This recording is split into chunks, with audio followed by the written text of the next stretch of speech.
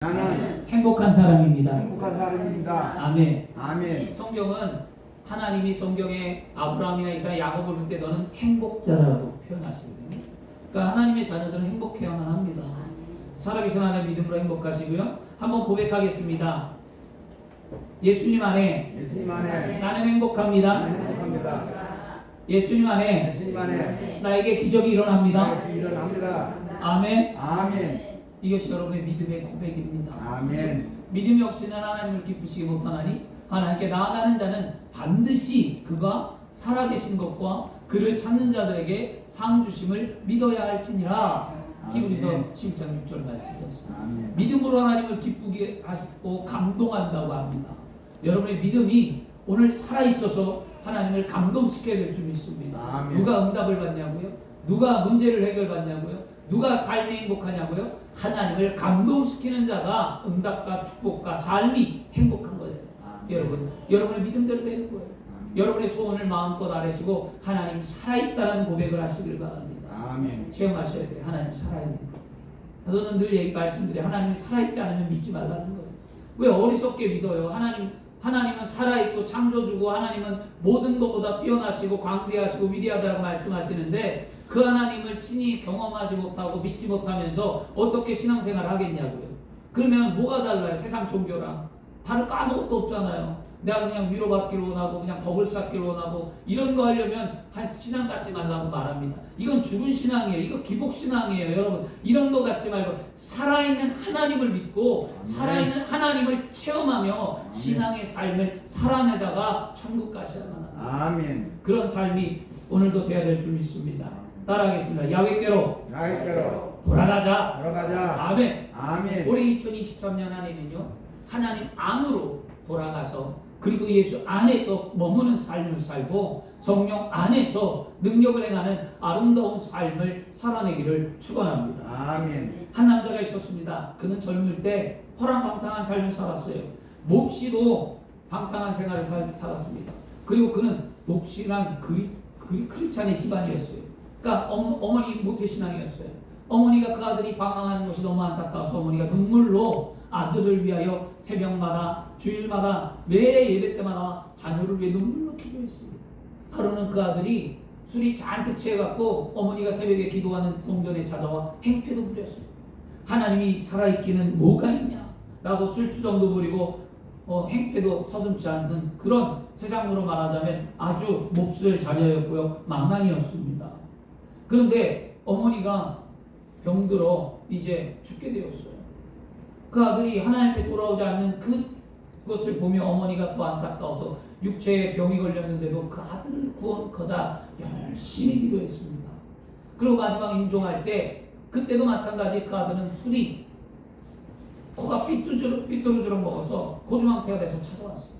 그런 그 아들의 손을 꼭 잡으며 어머니가 한마디 했어요. 아들아, 하나님은 널 사랑하십니다. 아멘. 그 한마디였어요. 그리고 사랑을 잊지 말고 그 사랑은 붙들고 살라는 어머니 유언이었어요. 그리고 어머니가 돌아가셨어요. 그 말 한마디에 그 마지막 유언이 이 아들의 마음에 천금같이 울렸습니다.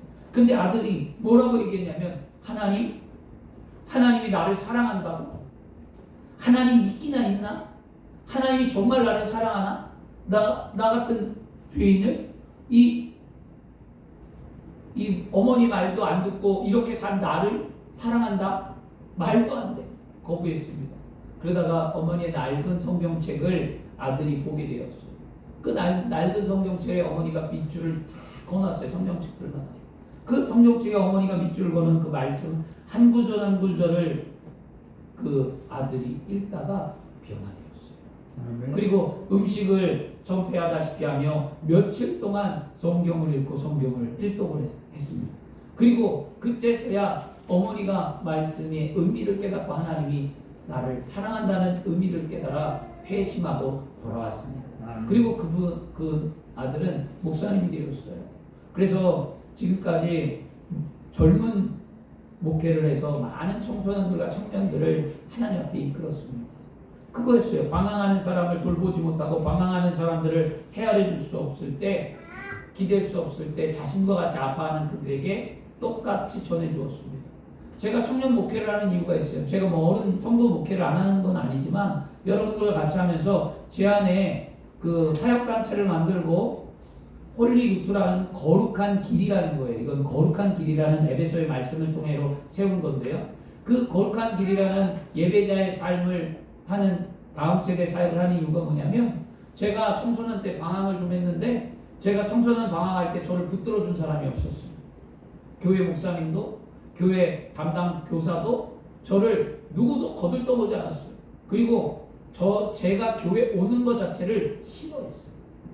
그러니까 그래서 제가 상처를 받아서 뭐 했냐면 학생 예배를 안 가고 대예배를 갔어요. 대예배. 어른 예배 그것도 어른 예배 맨 뒷자리. 항상 아무도 나를 신경 쓰지 않고 아무도 나를 보지 않는 맨 뒷자리 가갖고 조용히 앉고 예배를 드리고 나왔습니다. 그게 제 학창 시절이었어요. 중학교 3학년 때부터 고등학교 졸업할 때까지 한 4년 동안에. 그런데 그 4년 5년을 제가 다니는 동안에 누구도 전화 신방도 없었고 나를 붙든 일이 없었어요. 그런데 제가 무엇을 했냐? 수련회는 갔어요. 수련회. 12번의 수련회를 한 번도 안 빠지고 여름하고 겨울마다 학생 수련회를 참석하는데 그 참석할 때마다 선생님들하고 전도사님들이나 목사님들 눈치가 얼마나 따가웠냐면 제 보는 앞에서 그랬어요. 앞에서. 선생님 한 분이 지나가면서 혼잣말이었겠지만 저는 들었어요. 그게 제 마음의 상처였어요. 혼잣말이 이거였습니다. 아유 저 새끼 오늘 왜 와갖고 우리 분위기 흐리고 있어. 이랬어요 저한테. 그래서 제가 너무 상처가 됐어요. 그 말이. 근데 제가 분위기를 흐리게 하긴 했어요. 안 하진 않았어요. 왜냐? 수련회 가서 친구들이랑 놀러 간다고 해서 또 친구들 학교에서 껄렁껄렁하는 애들 또 일진들 데리고 그 캠프에 가갖고 예배 점심 때 저는 안 그랬지만 친구들은 예수를 믿지 얼마 안 됐으니까 담배를 피워야 된다고 해서 야산에 올라가고 연세대학교 그 캠퍼스에 갔는데 야산에 올라가 담배 피고 내려오고 그러니까 선생님들이 골치가 아팠겠죠. 싫겠죠. 그리고 분위기도 또 흐트러지는 것도 맞아요.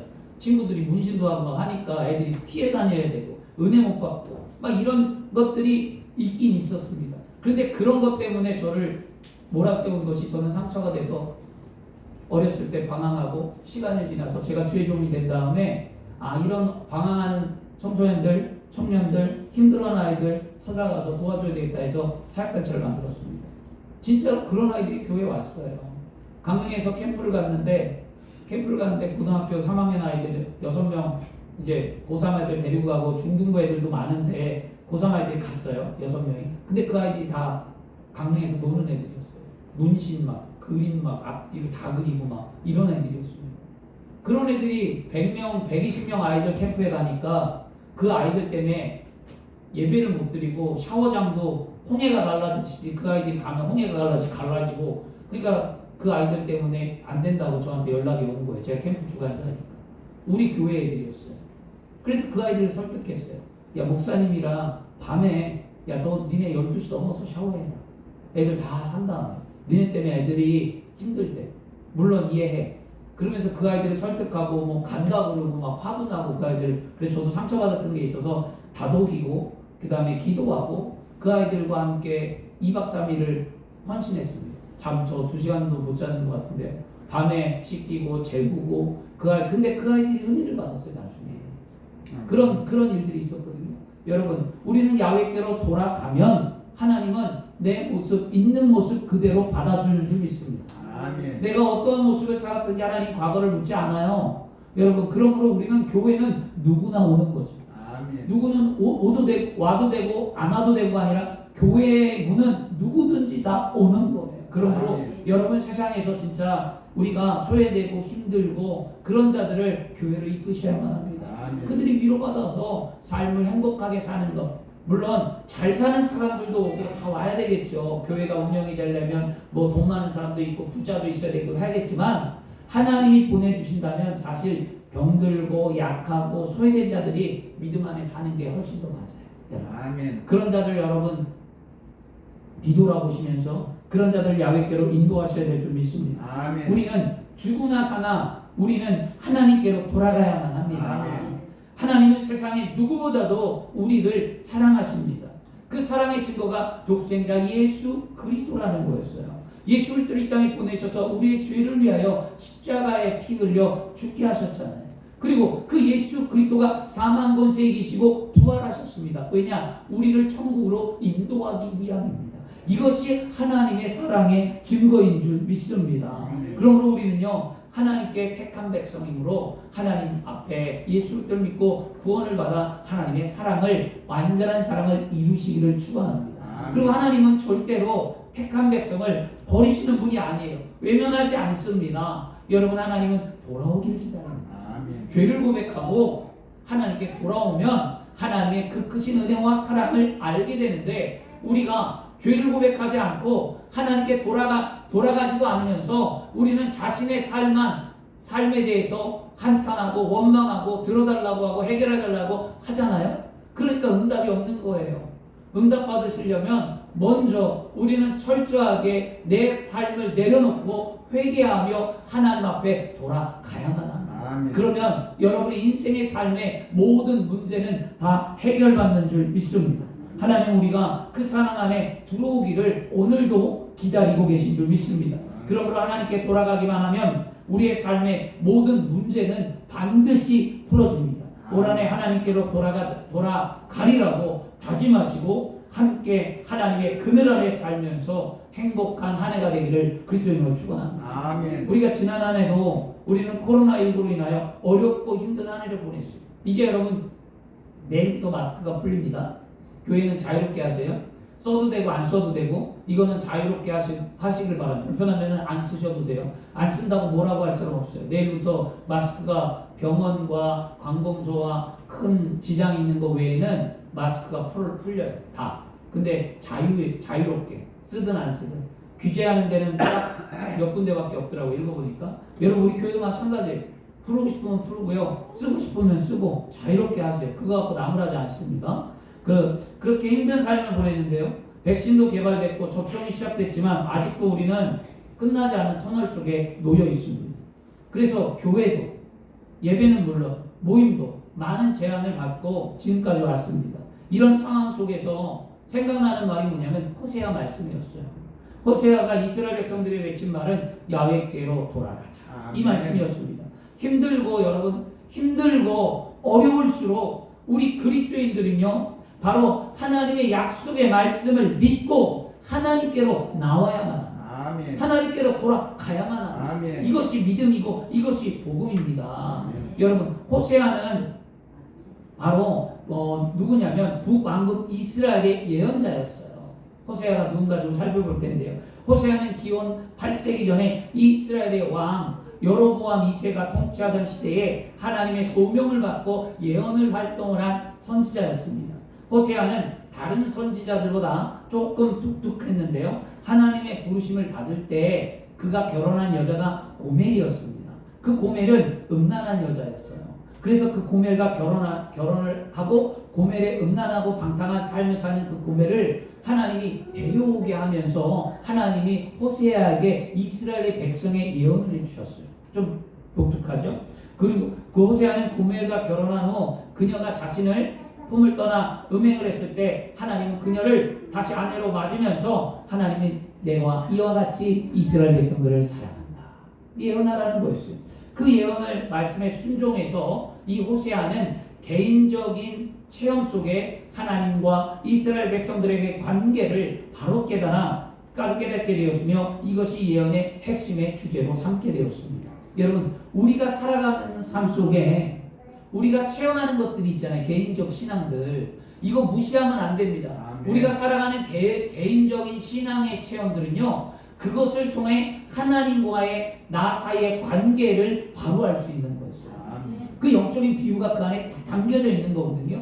그것이 가정이든 교회든 국가든 다 그 안에 작게 담겨져 있어요. 그것을 우리는 분별할 줄 아는 삶이 되어야 될 줄 믿습니다. 그런데 그것을 분별하라고 하니까 요즘에 너도 나도 분별하다 보니까 자기 주장이 옳은 줄 알고 자기 뜻대로만 얘기해요. 여러분, 여기서 만약에 아 했는데 여기서 어라고 하면 아가 맞아요? 어가 맞아요? 몰라요. 이거는요, 이게 야당과 여당 얘기고요, 이게 기독교인들 보수와 진보 이야기예요. 여러분, 진보도 하나님이 살아있는 거고 보수도 하나님이 살아있는 건데 어떻게 한쪽만을 살아있다고 말하겠냐고. 그러니까 이게 우리의 어리석음이에요. 하나님. 근데 하나님은 결정적인 건 뭐냐? 하나님은 갈라놓게 하지 않아요. 아멘. 디아블로라 해서 마귀는 가르는 자였어요. 여러분 확실히 아셔야 됩니다. 마귀는 가르는 자, 디아블로. 그러면 그리스도인들은 가르는데 힘쓰는 게 아니라 하나 되는 데 힘쓰는 거예요. 아멘. 십자가는 하나라 했잖아요. 그렇죠? 그러니까 기독교인들이 하나 되는 데 힘써요. 내가 가는 곳곳마다 갈라진 것이 봉합되어야만 합니다. 아멘. 그것이 어떤 단체이든 그것이 어떤 사회의 구성원이든 그것이 가정이든 내가 예수를 믿는 그리스도인이라면 내가 가는 곳에 평화가 있고 기쁨이 있고 감사가 있고 내가 가는 곳에 하나님의 섭리로 하나가 되어야 되겠죠. 이게 그리스도인이에요. 여러분 그런 그리스도인이 되어야 될 줄 믿습니다. 어느 한쪽이 옳아서 균형이 없는 삶은요 하나님이 원하지 않아요. 이 호세아는 자신이 하나님과의 관계를 깨달을 때 그런 것을 많이 깨달았거든요. 그래서 호세아가 뭐라고 얘기하면 하나님을 아는 지식을 가지라. 하나님의 아는 지식을 가지라. 우리 그리스도인들이요 야훼께로 돌아가기 위해서는 뭐를 해야 될까요? 하나님을 아는 지식을 가져야 됩니다. 어리석은 지식, 얕은 지식, 뭐 아주 자기만의 고집 이런 거 갖지 마세요. 나도 틀릴 수 있는 거예요. 주의 종인 저도 틀릴 수 있는 거예요. 주의 종이 다 맞다? 이거 잘못된 거예요, 여러분. 주의 종들이 교만하게 하늘을 찌르는 게 뭐냐면 건강한 교회, 건강한 주의 종들은요 자신의 연약함을 인정하는 주의 종과 인정하는 교회는 건강한 교회입니다. 그런데 자신의 잘못이나 자신을 인정하지 않는 교회, 자신의 잘못을 겸허히 받아들이지 않는 주의 종들은요 여러분 건강하지 않은 거예요. 그것이 바르다, 바르지 않다라는 것을 저는 말하지 않겠습니다. 단지 건강하지 않은 것뿐이에요. 그래서 하나님을 아는 지식 앞에 우리는 놓여 있어야 되고요. 이 인간의 두뇌로 하나님의 광대하심을 담을 수가 없어요. 그렇기 때문에 그래서 하나님만이 옳다고 고백하는 거예요. 아멘. 하나님만이 옳으시다. 아멘. 이 신앙을 갖기를 바라고요. 그래서 호세아는 뭐라고 얘기하냐? 이스라엘 백성들에게 야훼께로 돌아가라. 아멘. 이거였습니다. 그래서 호세아의 주제의 핵심은 죄, 심판, 구원에 말씀한 거고요. 이스라엘 백성은 하나님께서 선택받고 복의 약속을 받은 언약의 백성으로 말씀에 순종하여 예배드려야 하는 민족이었습니다. 그런데 그들이 참 희한하죠. 왜 호세아를 선택했냐면 나라가 안정이 돼요. 부강하게 되고 풍요롭게 되고 행복하니까 이 나라가 이 북이스라엘이 하나님을 찾지 않는 거예요. 그리고 오히려 이스라엘 백성들이 타락을 합니다. 우상을 섬기고 또 가난한 자를 돌보지 않고 이스라엘 민족들이 과부나 고아나 어려운 사람을 돌보지 않고 오히려 더 그들을 학대하고 그들의 삶을 힘들게 하고 그렇게 하는 안 좋은 모습들이 드러나고 그러니까 죄악들이 만연해지게 되고 이렇게 돼버렸어요. 여러분 등 따쓰고 배부르면 예수 잘 믿을 것 같은데 성경에 등 따쓰고 배불러서 예수 잘 믿는 이야기들 별로 없어요.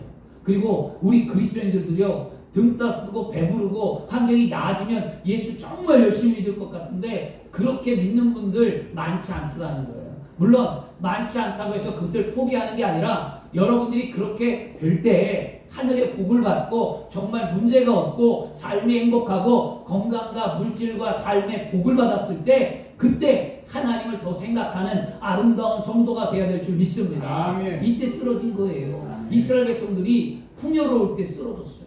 그러니까 호세아가 외치는 거예요. 야훼께로 돌아가자. 아멘. 그것이 하나님 원하는 삶이 아니다. 그런 예배가 하나님이 원하는 예배가 아니다. 진정과 신령으로 예배하고 하나님께로 돌아가자. 아멘. 이것이 말씀이었습니다.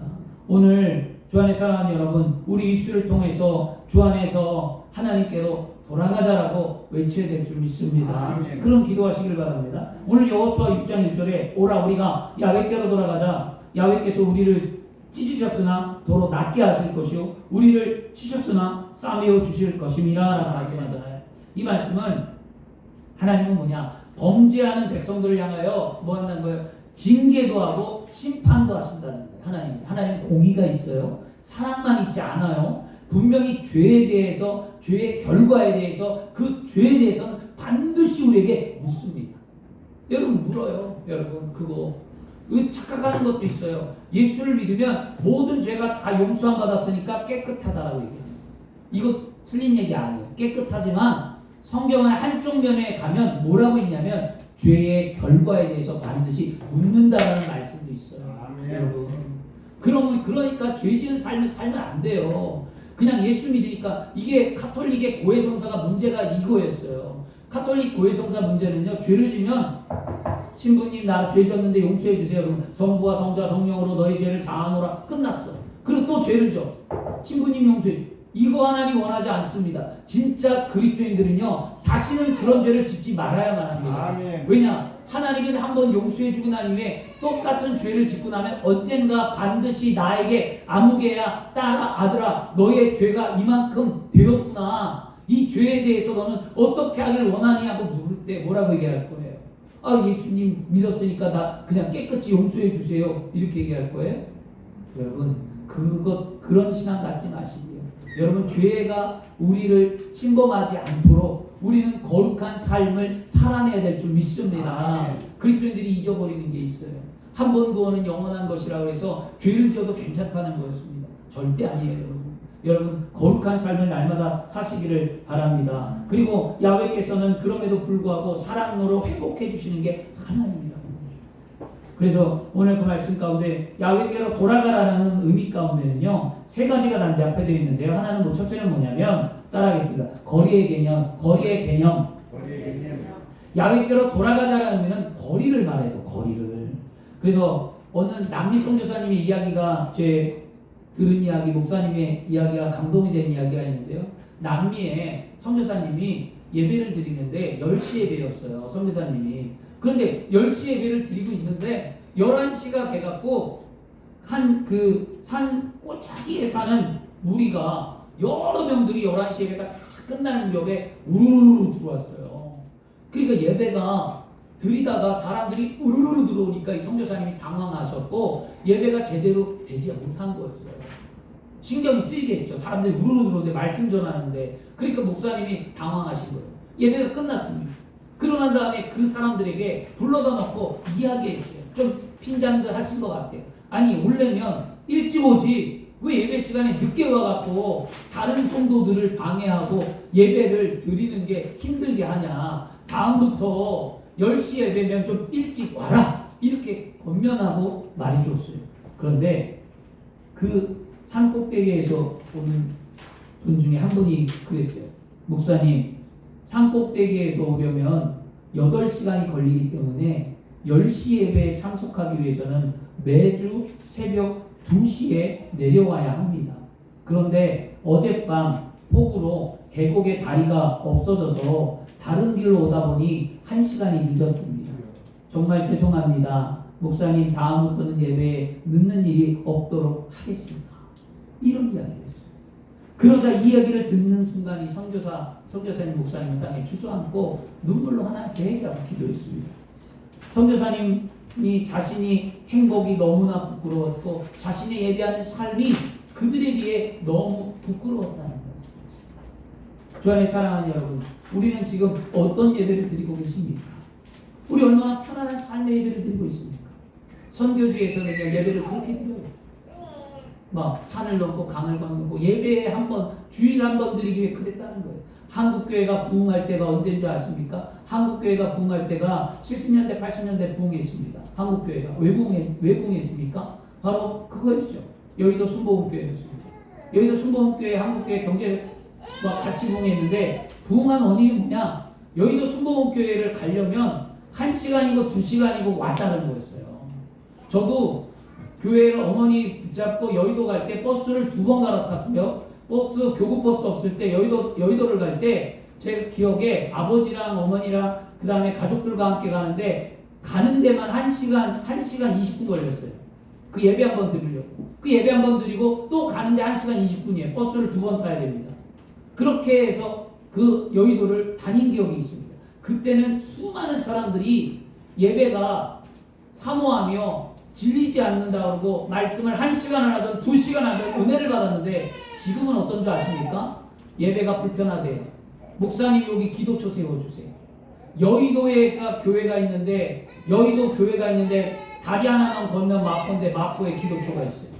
여의도 교회가 바로 앞인데 그 여의도 교회를 안 가려고 국회의사당 넘어 뒤에 기도초를 만들어놨어요. 여의도 기도초를 만들어놨어요. 성전에 안 가겠다는 거였어요. 그래서 여의도 교회가 우리 순복음의 신앙이 흔들리는 게 언제부터냐? 기도초를 만든 순간부터 흔들리기 시작했어요. 기도초는 뭐냐? 성도들이 불편하다는 거예요. 1시간씩 2시간씩 이제 못 가겠다는 거예요. 신앙이 병들었던 거죠.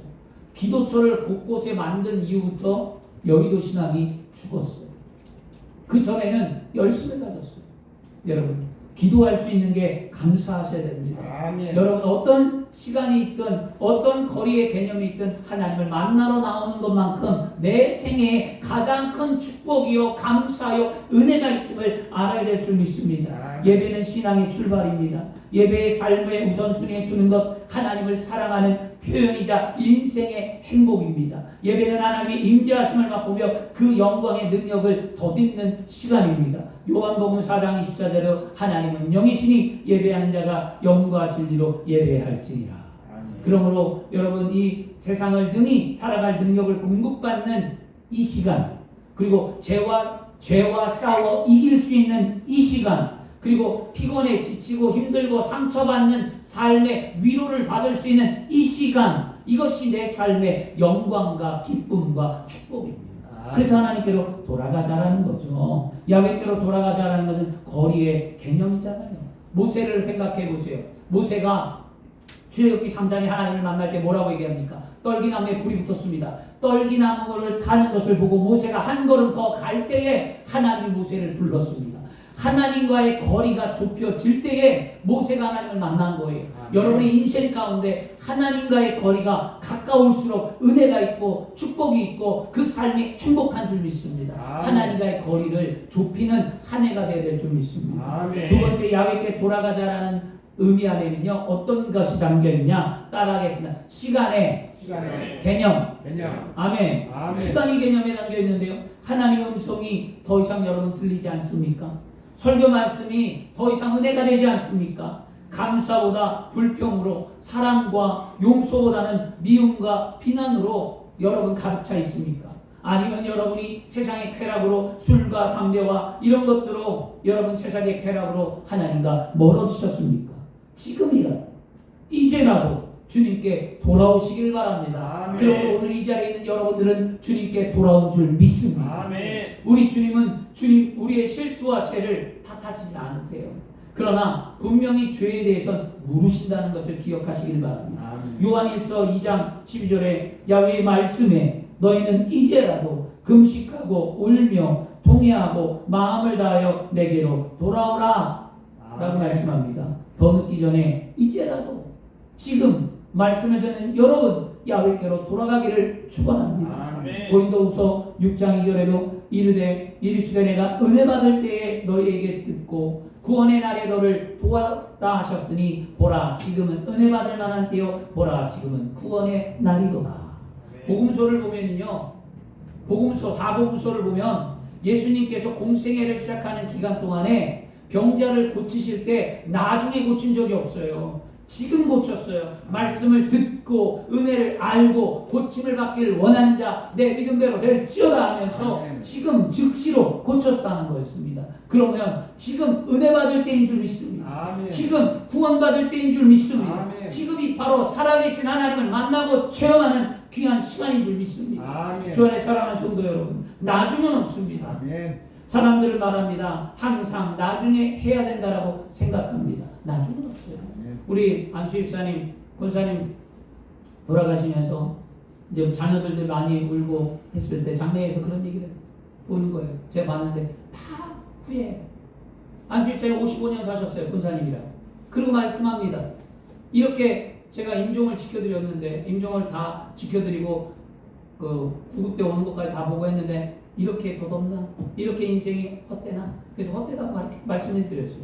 전도서의 말씀에 헛되다고 하지 않습니까? 안수 집사님 힘내세요. 그랬는데 안수님이 55년 산 게 너무나 헛되고 내가 잘해줄 걸, 내가 정말 잘해주려고 했는데, 이 얘기. 그래 나중은 없는 거예요.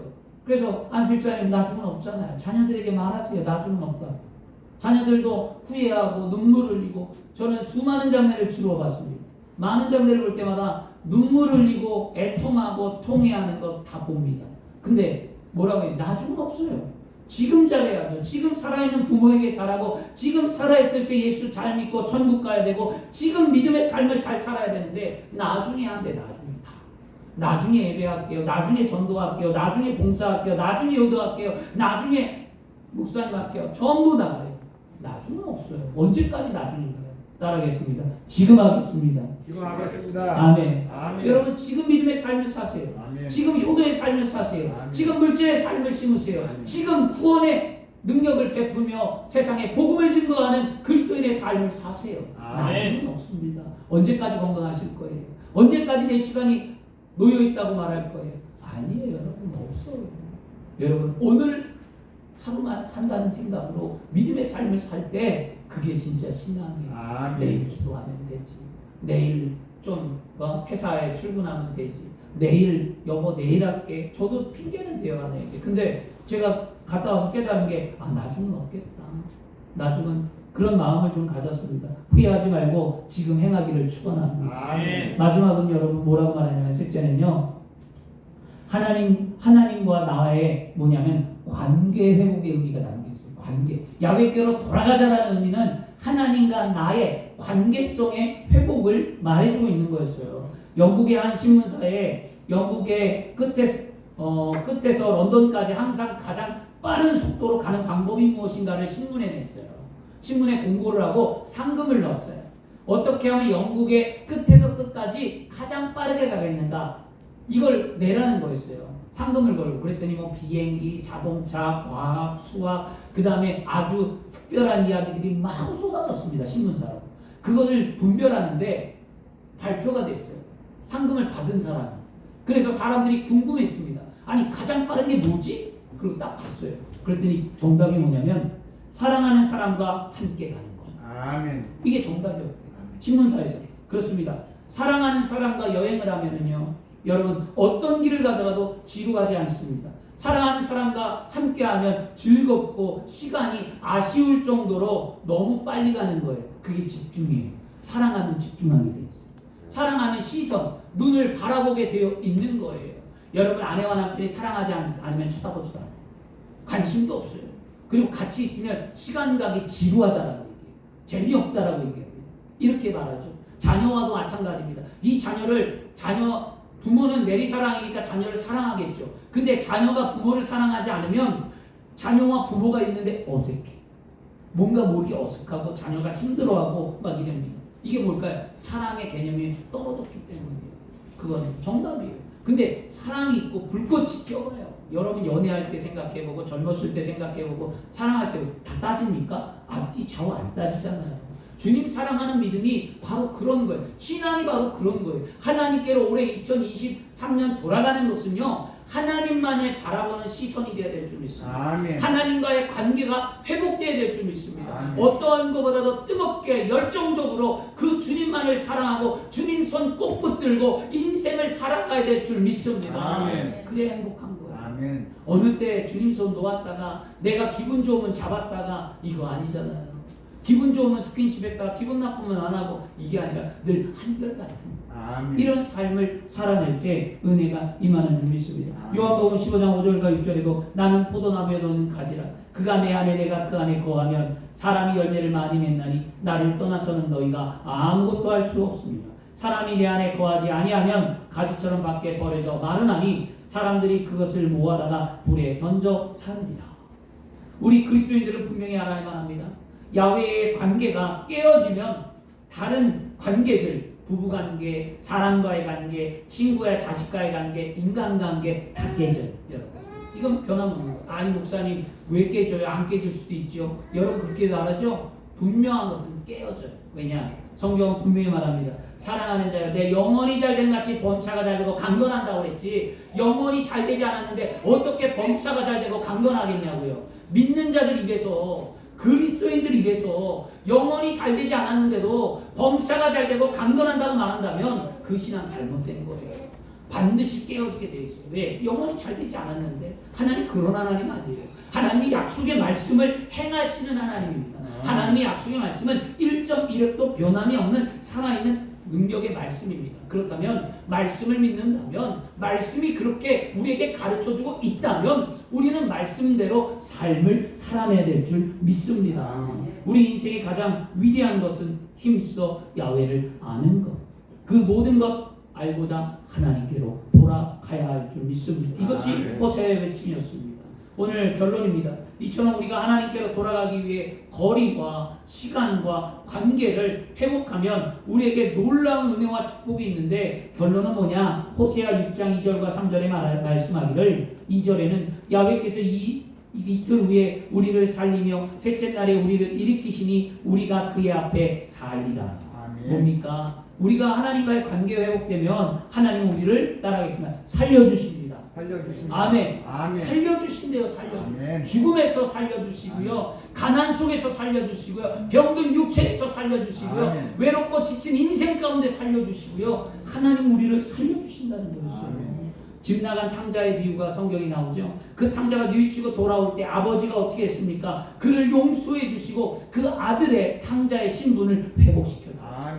이것이 하나님이 우리에게 주시는 말씀입니다. 살면 살아나리라. 이 살아나는 것은 생명과 부활의 의미가 있습니다. 오늘 저와 여러분이 살아나는 줄 믿습니다.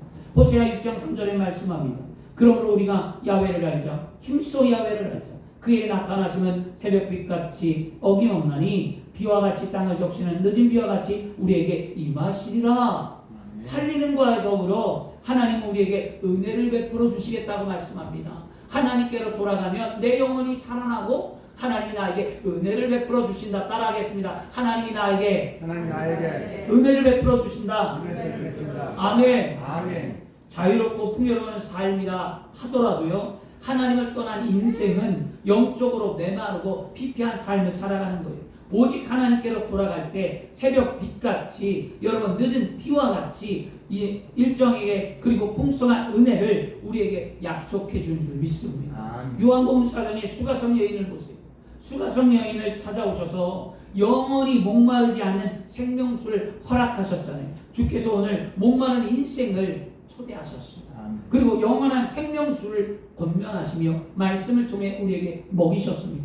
이 생명수와 함께 하나님의 은혜가 풍성히 우리의 삶에 누리게 되는 한 해가 되어야 될지를 축원합니다. 우리는 반드시 이제 야훼께로 돌아가야만 합니다. 말뿐이 아닌 삶 속에서 하나님과의 거리를 여러분 좁히고 날마다 하나님을 찾는 시간을 가져야만 합니다. 그럴 때 분명히 우리의 삶의 모든 문제가 풀어지며 우리는 다시 살아날 힘과 용기를 얻게 되는 줄 믿습니다. 이것이 하나님께서 저와 여러분들에게 주시는 생명의 말씀인 줄 믿습니다. 오늘 이 말씀을 믿고 오늘 이 말씀을 깨닫고 이 말씀을 가슴에 새기며 사시는 저와 여러분이 되기를 축원합니다. 기도하겠습니다.